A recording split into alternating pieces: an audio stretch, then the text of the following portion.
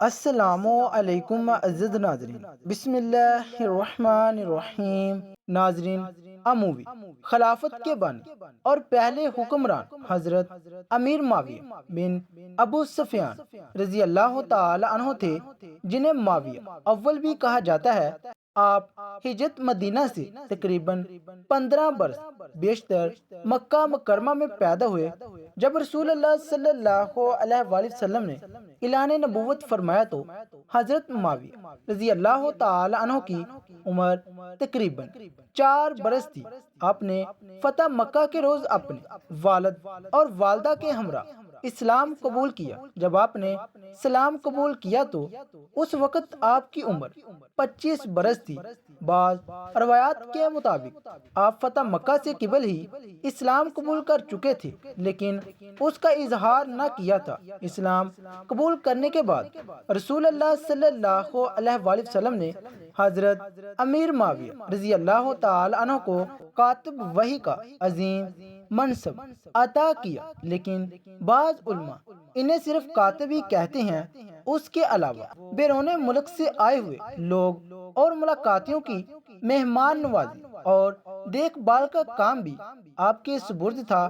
یہ دور چونکہ نبی کریم صلی اللہ علیہ وآلہ وسلم کی مبارک زندگی کا آخری دور تھا، اس لیے حضرت امیر معاویہ رضی اللہ تعالی عنہ زیادہ عرصہ آستانہ نبوت سے منسلک نہ رہ سکے۔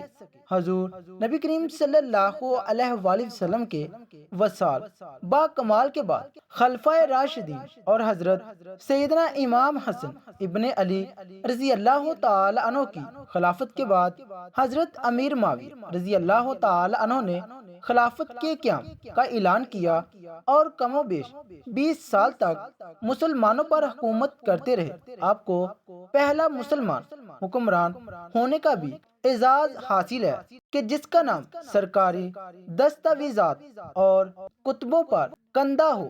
آپ رضی اللہ تعالی عنہ نے اپنی زندگی میں متعدد شادیاں کی، لیکن اولاد صرف 2 بیویوں سے ہوئی۔ آج کی ویڈیو میں ہم کاتب وحی حضرت امیر معاویہ رضی اللہ تعالی عنہ کی ازواج اولاد کا تذکرہ کریں گے۔ کاتب وحی حضرت امیر معاویہ رضی اللہ تعالی عنہ نے اسلام قبول کرنے کے بعد جن عورتوں سے نکاح کیا، تاریخ میں ان کی تعداد 4 آتی ہے۔ آپ رضی اللہ تعالی عنہ کی ایک زوجہ کا نام میسون بنت بہدل تھا، جس سے بدنام زمانہ یزید پیدا ہوا۔ یہ یزید ابن معاویہ وہی بدبخت ہے کہ جس کے حکم سے حضور سرور کائنات حضرت محمد صلی اللہ علیہ وآلہ وسلم کے نواسے حضرت سیدنا امام حسین علیہ السلام کو کربلا کے مقام پر شہید کیا گیا تھا۔ بمطابق روایت یزید ابن معاویہ 22 ہجری یا 25 ہجری کو پیدا ہوا۔ میسون بنت بہدل سے آپ کی 2 اولادیں اور بھی ہوئیں، اور وہ دونوں لڑکیاں تھیں۔ ایک کا نام امت الرب المشارق تھا، جو بچپن میں ہی فوت ہو گئی، اور دوسری کا نام رملہ تھا۔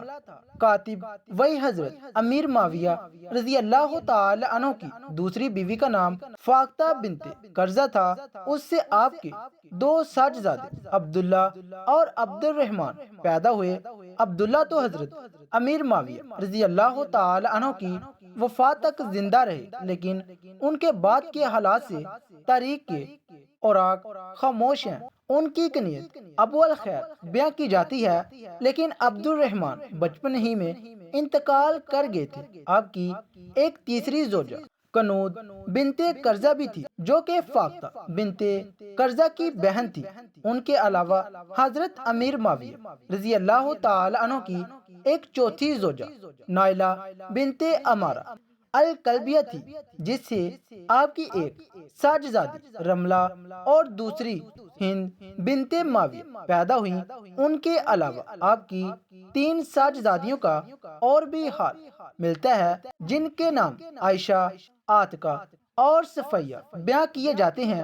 دوستو، یہاں ایک اور دلچسپ بات ہمیں روایت سے پتہ چلی ہے کہ حضرت امیر معاویہ رضی اللہ تعالی عنہ کی ایک اور زوجہ بھی تھی، جس کا نام قریبہ بنت ابی امیہ تھا۔ یہ قریبہ کون تھی اور حضرت امیر معاویہ رضی اللہ تعالی عنہ نے اس کے ساتھ کب شادی کی تھی، اس کی تفصیل جاننے سے پہلے یہ جان لینا ضروری ہے کہ یہ قریبہ بنت ابی امیہ خلیفہ دوم امیر المومنین حضرت عمر بن خطاب رضی اللہ تعالی عنہ کی ازواج میں سے ایک تھی۔ چنانچہ بیان کیا جاتا ہے کہ امیر المومنین حضرت عمر بن خطاب رضی اللہ تعالی عنہ نے زمانہ جاہلیت میں دو خواتین سے نکاح کر رکھا تھا، جو کہ آپ کے اسلام قبول کرنے کے بعد بھی آپ کے نکاح میں ہی رہی تھیں، لیکن انہوں نے اسلام قبول نہ کیا تھا۔ ایک کا نام قریبہ بنت امیہ اور دوسری کا نام ام کلثوم بنت جرول تھی۔ جب قرآن مقدس میں یہ حکم نازل ہوا، اے مسلمانوں، تم بھی کافر عورتوں کو اپنے عقد یعنی نکاح میں نہ روک رکھو، تو اس حکم کے نازل ہوتے ہی امیر المومنین حضرت عمر بن خطاب رضی اللہ تعالی عنہ نے ان دونوں عورتوں کو طلاق دے دی۔ ام کلثوم بنت جدول یا جرول سے حضرت عمر فاروق رضی اللہ تعالی عنہ کے دو بیٹے بھی پیدا ہوئے، جو کہ دونوں جنگ صفین میں شہید ہوئے تھے۔ ام کلثوم بنت جرول نے اسلام قبول کرنے سے انکار کیا اور اپنی قوم کے ایک کافر ابو جہم بن حذیفہ سے شادی کی اور کفر پر ہی اس کی موت ہو گئی، جبکہ قریبہ بنت ابی امیہ نے طلاق لینے کے بعد واپس جا کر حضرت معاویہ بن ابی سفیان سے شادی کر لی۔ اس وقت تک حضرت معاویہ نے اسلام قبول نہ کیا تھا۔ حضرت معاویہ قریبہ کے چاچا زاد تھے۔ ان کی والدہ ہند بنت عتبہ قریبہ کی خالہ تھی اور ام المومنین حضرت سلمہ رضی اللہ تعالی عنہ قریبہ کی پھوپھو بھی لگتی تھی۔ حضرت معاویہ کی قریبہ سے شادی کے نتیجے میں تین بیٹیاں بھی پیدا ہوئیں، جن کے نام تاریخ میں ام حکیم، ام سعید اور ام حبیبہ ملتے ہیں۔ یہ شادی حضرت امیر معاویہ رضی اللہ تعالی عنہ کے زمانہ جہالت میں قائم ہوئی، مگر حضرت امیر معاویہ رضی اللہ تعالی عنہ نے قریبہ کو کب طلاق دی، اس کے بارے تاریخ خاموش دکھائی دیتی ہے۔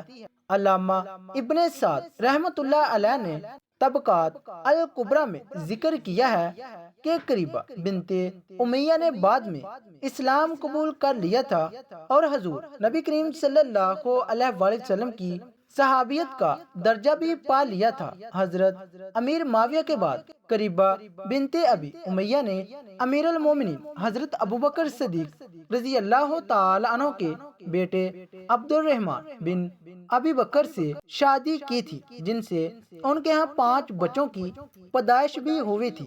اللہ تعالیٰ کا ارشاد ہے، وہ لوگ جو اللہ اور اس کے رسولوں پر ایمان لائے ہیں، یہی تو وہ ہیں جو ان کے پروردگار کے نزدیک صدیق اور شہید ہیں، ان کے لیے اجر اور نور ہے۔ رسول اللہ صلی اللہ علیہ وآلہ وسلم کا ارشاد ہے، اللہ تعالیٰ نے عمر کے دل اور زبان پر حق جاری کر دیا ہے۔ وہ فاروق ہیں جس کے ذریعے اللہ تعالیٰ نے حق اور باطل کے درمیان فرق کیا۔ جماعت صاحب روشن ستارے ہیں، آسمان پر موجود ستاروں کی روشنی کم و بیش ہے۔ یہی مثال صحابہ کرام رضی اللہ تعالی عنہ کی ہے، لیکن ہے سبھی روشن۔ ان میں سب سے نمایاں، سب سے روشن اور سب سے تابناک بہرحال پہلے 4 صحابہ رضی اللہ تعالی عنہ ہیں۔ یہ وہی پہلے 4 اصحاب خلیفہ راشدین ہیں۔ 10 مبشرہ میں بھی سب سے پہلے انہی کا نام ہے۔ آج ہم آپ کو انوکھی خصوصیات والے انسان کی کہانی سناتے ہیں۔ اللہ کے رسول صلی اللہ علیہ وآلہ وسلم نے اپنے 10 صحابہ کا نام لے کر فرمایا تھا، میرے یہ 10 صحابہ جنتی ہیں، گویا انہیں دنیا ہی میں جنتی ہونے کی بشارت عطا ہوئی۔ ان میں سے ایک سیدنا عمر فاروق رضی اللہ تعالی عنہ ہے۔ انبیاء کی جماعت کے بعد اور مسلمانوں کے پہلے خلیفہ راشد یارگار سیدنا ابوبکر صدیق رضی اللہ تعالی عنہ کے بعد اس دنیا میں سب سے زیادہ فضیلت دوسرے خلیفہ راشد سیدنا عمر فاروق کو ہی حاصل ہے۔ نبی کریم صلی اللہ علیہ وآلہ وسلم نے ان کے بارے میں اس طرح دعا فرمائی تھی: اے اللہ، اسلام کو عمر کے ذریعے سے قوت اور عزت دے۔ ان کے زمانے میں اسلامی حکومت 22 لاکھ مربع میل رقبے تک پھیل گئی۔ بعض موقعوں پر ان کی تائید میں اسلامی حکومت کا زمانہ تھا۔ اتنے بڑے حکمران ہوتے ہوئے دوپہر کے وقت شہر سے باہر گرم زمین پر کوئی پتھر وغیرہ سر کے نیچے رکھ کر سو جاتے تھے۔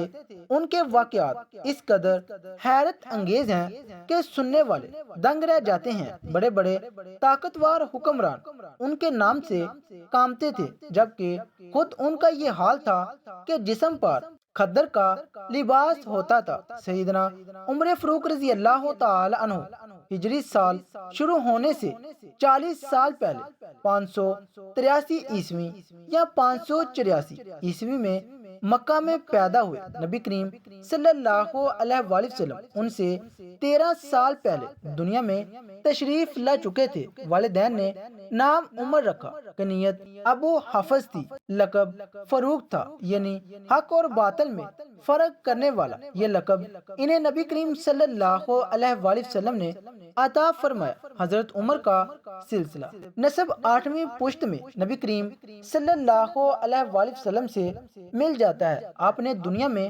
آنکھ کھولی تو مکہ میں قریش کی سرداری تھی۔ یہ قبیلہ اسماعیل علیہ السلام کی اولاد سے تھا۔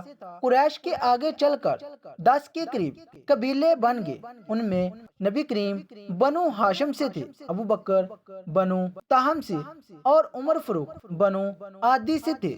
10 کے 10 قبیلوں کے سپرد الگ الگ کام تھے۔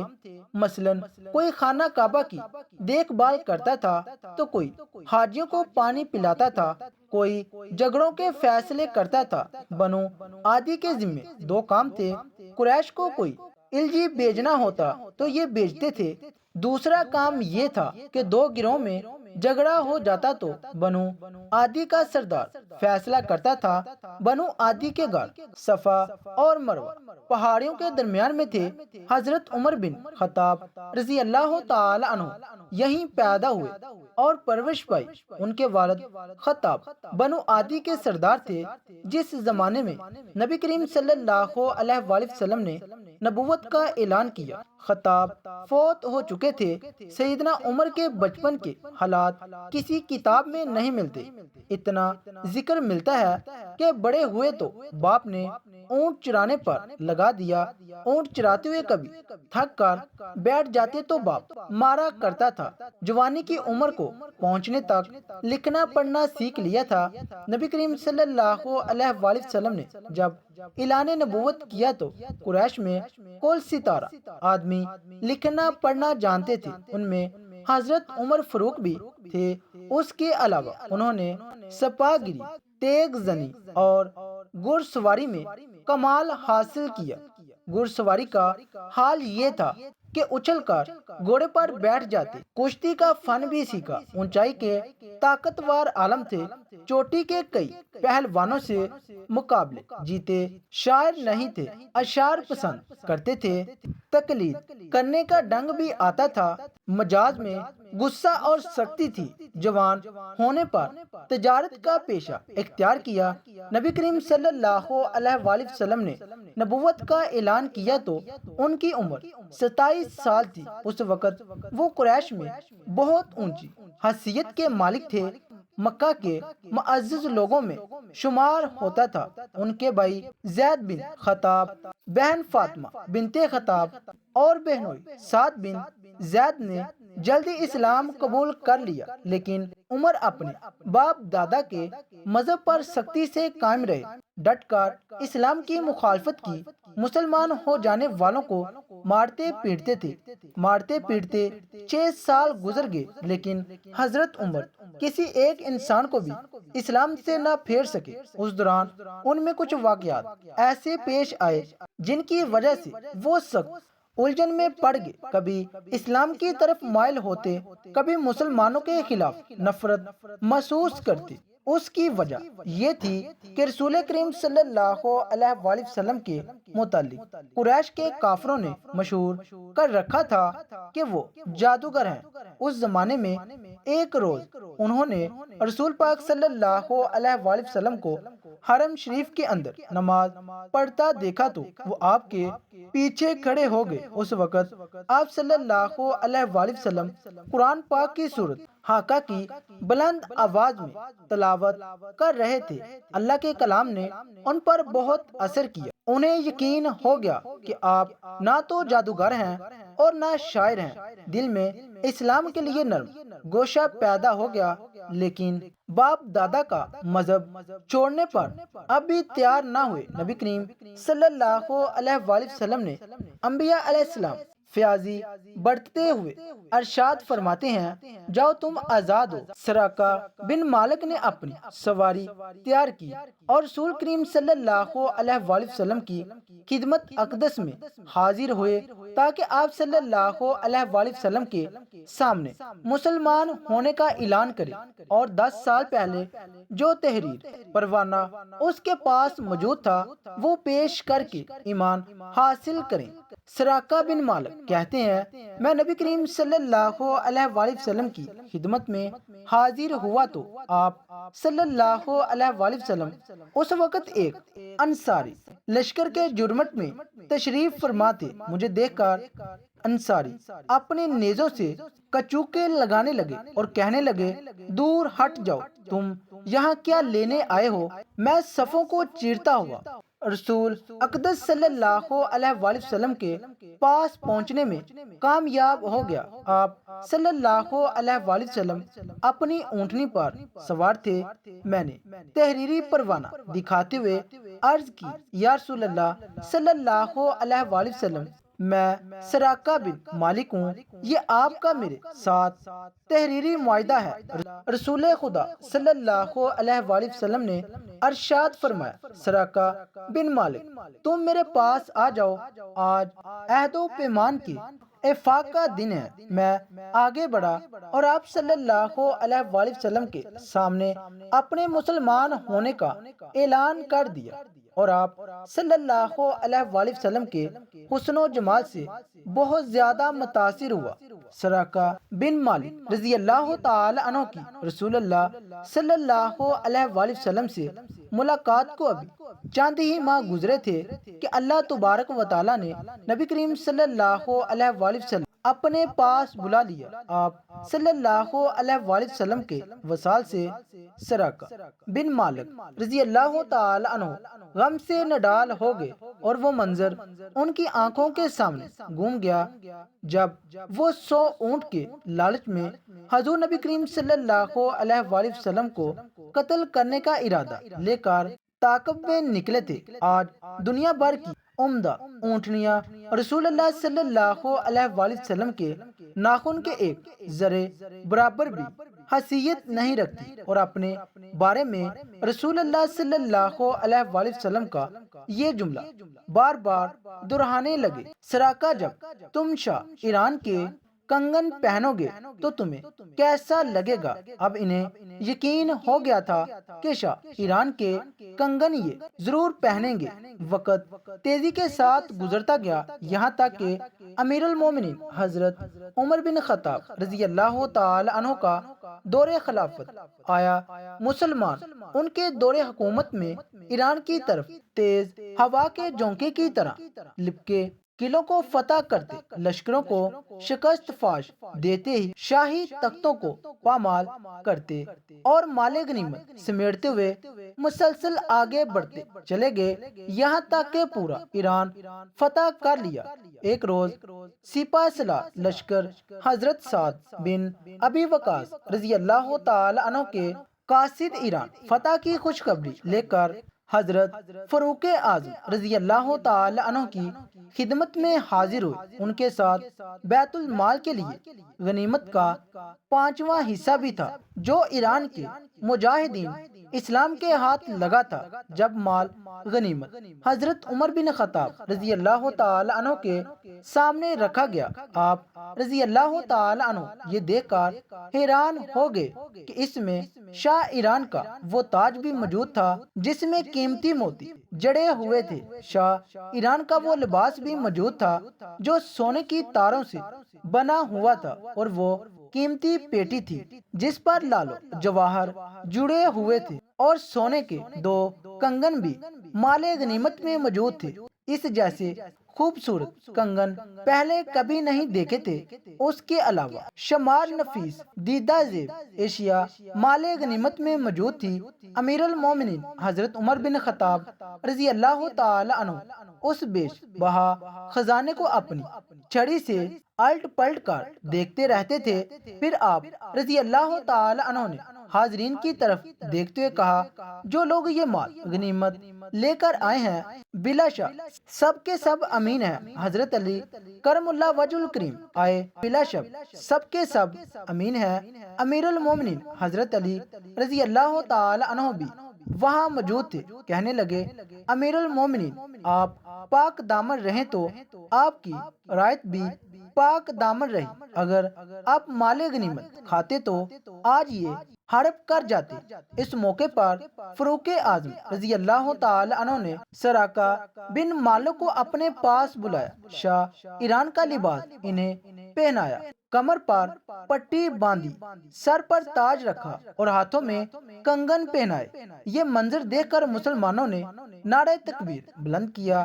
حضرت عمر فاروق رضی اللہ تعالی عنہ نے سراقہ بن مالک رضی اللہ تعالی عنہ کی طرف دیکھ کر خوشی سے جھومتے ہوئے فرمایا، واہ واہ، ارے بنو مدالج کا ایک بدو، اس کے سر پر شاہ ایران کا تاج اور ہاتھوں میں کنگن، عثمان اس شان خسردانہ کے کیا کہنے۔ پھر آسمان کی طرف سر اٹھایا اور یوں گویا ہوئے، الہی تو نے یہ مال و دولت اپنے رسول مقبول صلی اللہ علیہ وآلہ وسلم کو نہ دیا، اور وہ تجھے مجھ سے زیادہ محبوب اور عزیز تھے۔